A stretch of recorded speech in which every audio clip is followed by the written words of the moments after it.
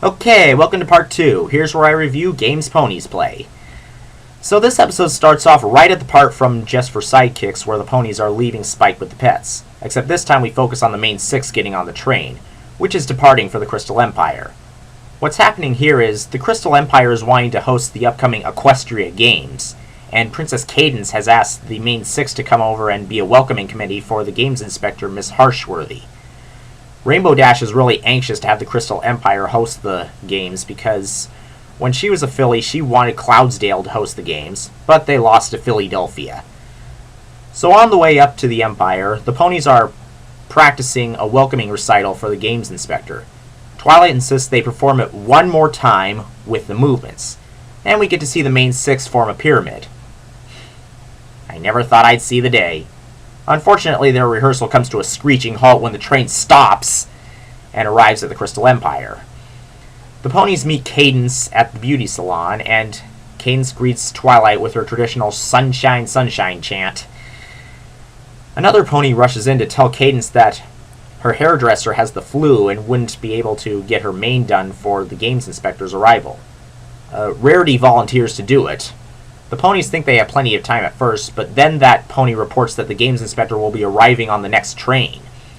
The ponies rush to the train station but leave Rarity behind, and Rarity tries to find some shortcuts in the hair designing process, since the ponies are in a hurry now. Oh, by the way, the hair designing process has a long list of steps. That's why they're in a hurry. So anyway, the other 5 arrive and see this pony who they believe is the games inspector, and she's an overly happy country girl. The ponies take her for a walk around the Crystal Empire, thinking this whole thing is going to be easier than they thought. Little do they know, they got the wrong pony and left Miss Harshworthy standing at the station. I should have known. So the ponies take this southern pony inside the castle and perform their welcoming recital. I thought that was kind of cool, but it would have been cooler if Rarity was included. Separation between the manes. Groan. The pony is desperate to go outside and stretch her legs after the long train ride, but the ponies try all they can to keep her stalled until Cadence gets there. Rainbow Dash decides to give her a tour of the castle, but Twilight thinks this is a bad idea since no pony in the group knows much about the Crystal Empire, since they've barely been there.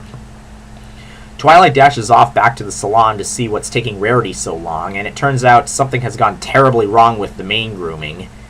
Twilight returns only to see that the other ponies are giving their guests the worst castle tour ever, so she goes to find Shining Armor to give them a hoof. Shining Armor is training the Crystal Ponies for the tracking games, and he tells Twilight that, or Twily as he always addresses her, that he'd be willing to help. Then somehow Twilight instantly feels better by saying out loud, "I'm not worried." WTF. The fraud pony runs out and winds up bypassing all the Crystal Ponies who are running, and even winds up getting a pot stuck on her head, but she keeps on running. Rainbow Dash tries to catch up with her and pull the pot off her head, and this causes her to ricochet and pull off the classic splat on the glass, slide down cliche. This is about the time the ponies find out that they've got the wrong pony, and that this pony was just some pony from another state in Equestria who was on vacation. The ponies rush back to the train station, hoping Miss Harshworthy was still there, but duh! Of course she's not going to be there anymore.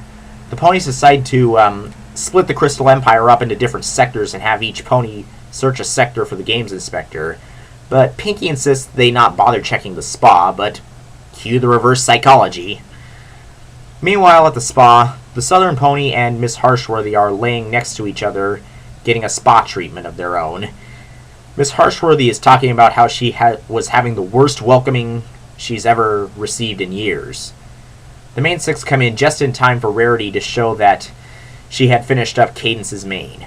The ponies are really upset because they now think the Crystal Empire will not be hosting the Equestria Games, since they all screwed everything up.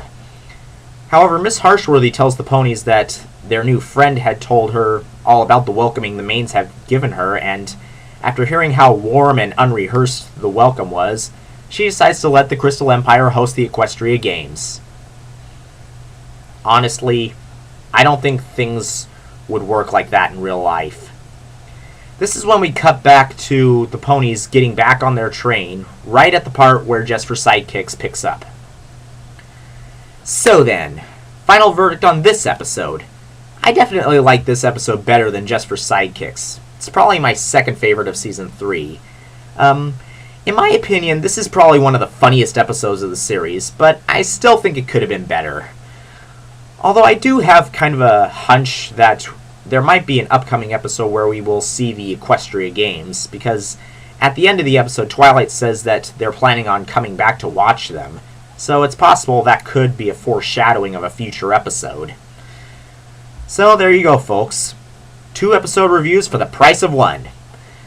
Now, I just got a request recently to review the episode that started it all, or the episodes that started it all. Mare and the Moon and The Elements of Harmony. I probably should have done those in the first place. Oh well. See you guys next time. Powerpuff 97 away!